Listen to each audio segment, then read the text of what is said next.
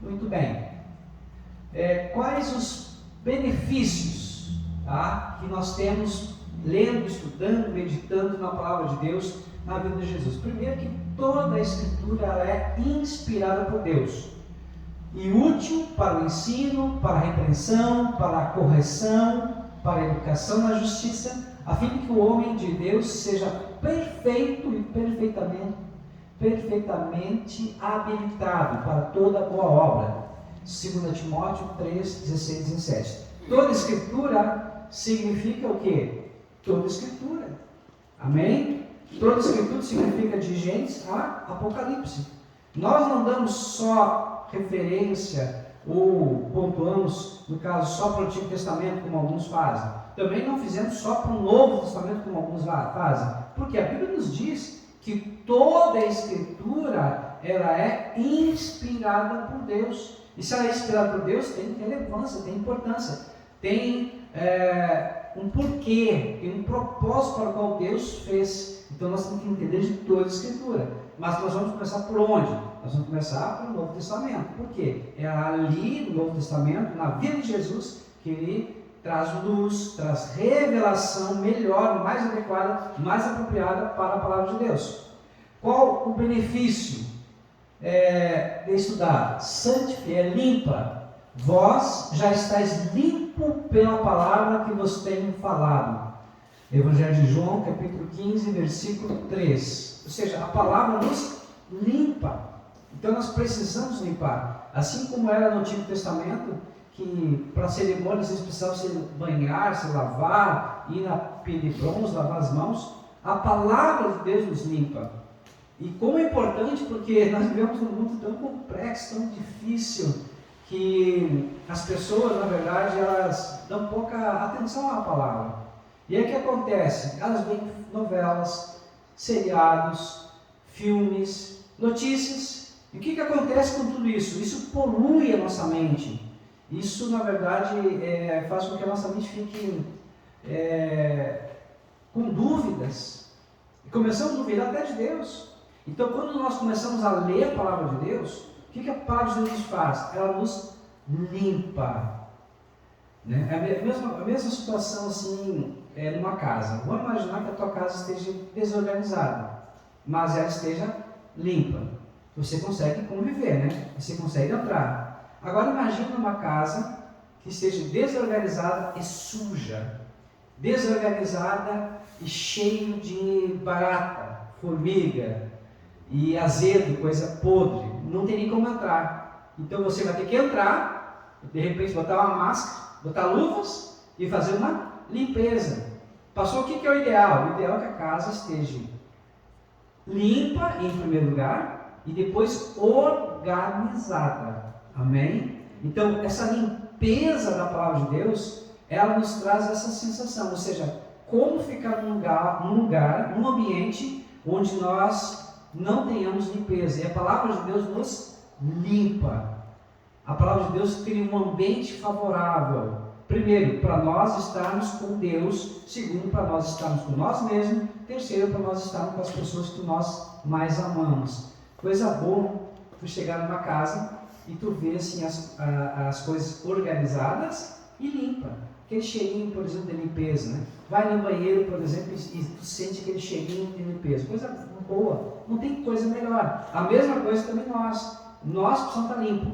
Eu digo limpo, não só aseado, né, com limpeza física, mas a limpeza também da nossa mente. E como é que nós limpamos nossa mente? Através da palavra de Deus. A palavra também nos santifica. Aqui diz, santifica-os na verdade. A tua palavra é a verdade. João capítulo 17.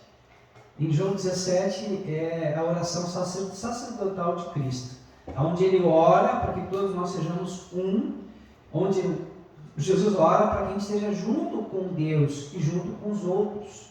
E aqui a palavra de Deus é que nos santifica. O que é santificar? Nos separar. Separar de quem? Do mundo, do diabo, do pecado. Então a palavra de Deus ela coloca um muro. Se você quer ser realmente discípulo de Jesus, você tem que decidir Você tem que escolher fazer o que é certo. Ah, mas o que é certo dói. É claro que dói. Fazer certo é difícil. É claro que é difícil. A palavra de Deus diz que a salvação, ou seja, quem é crente, discípulo de verdade, tem que ser forte, tem que ser corajoso.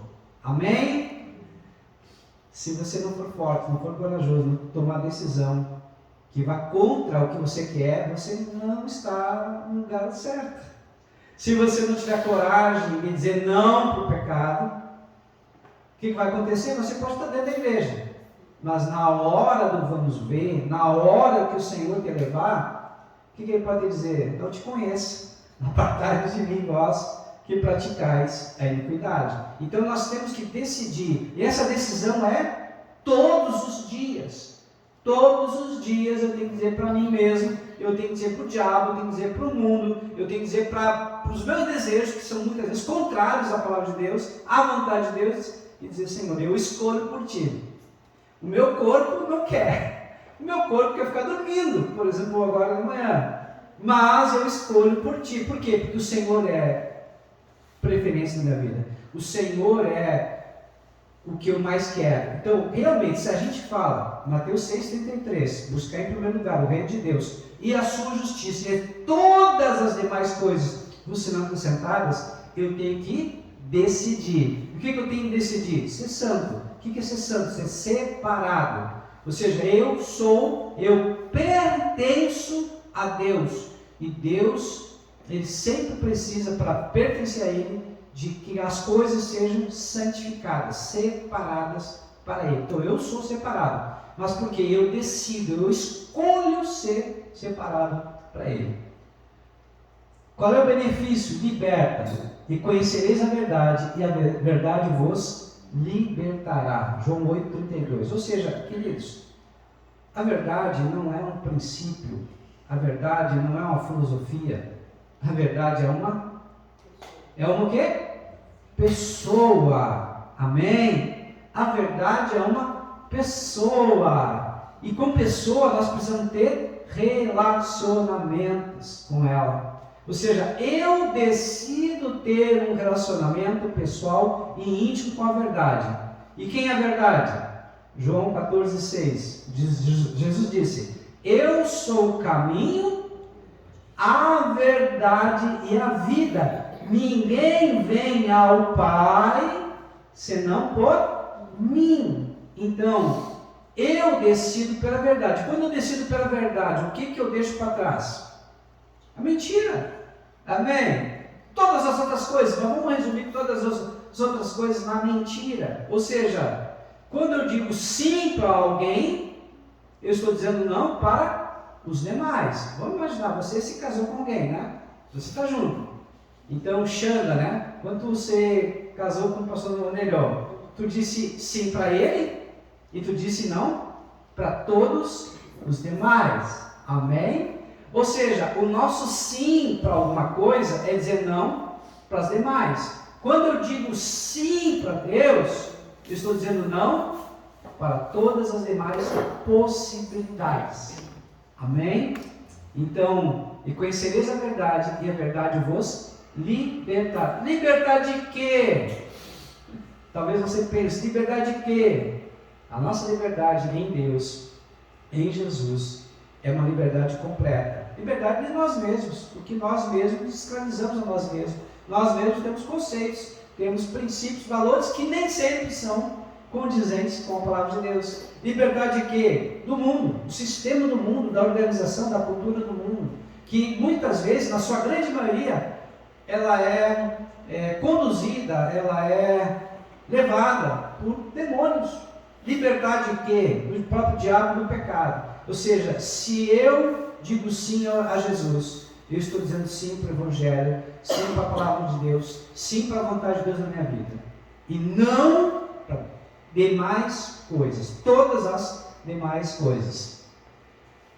5. Discerne os pensamentos e o propósito do coração, porque a palavra de Deus é viva e eficaz, e mais cortante do que qualquer espada de dois gumes, e penetra até o ponto de dividir alma e espírito, juntas e medulas, e é apta para discernir os pensamentos e propósito do coração. Hebreus 4:12.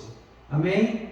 Queridos, eu já participei e tenho participado de muitas coisas ultimamente. E eu digo para vocês, são boas, não são ruins, mas nada é tão profundo, nada preenche de uma forma tão grande quanto a palavra de Deus, quanto a experiência de estar com Deus. Então, na verdade, o que nós precisamos? Ter momentos de experiências com Deus, ter momento de intimidade com Deus, porque quando Deus fala, é a única voz que nós realmente conhecemos, a única voz que realmente faz sentido, e a voz de Deus, a palavra de Deus, ela vem e desce sobre nós de uma maneira que nos completa. Amém?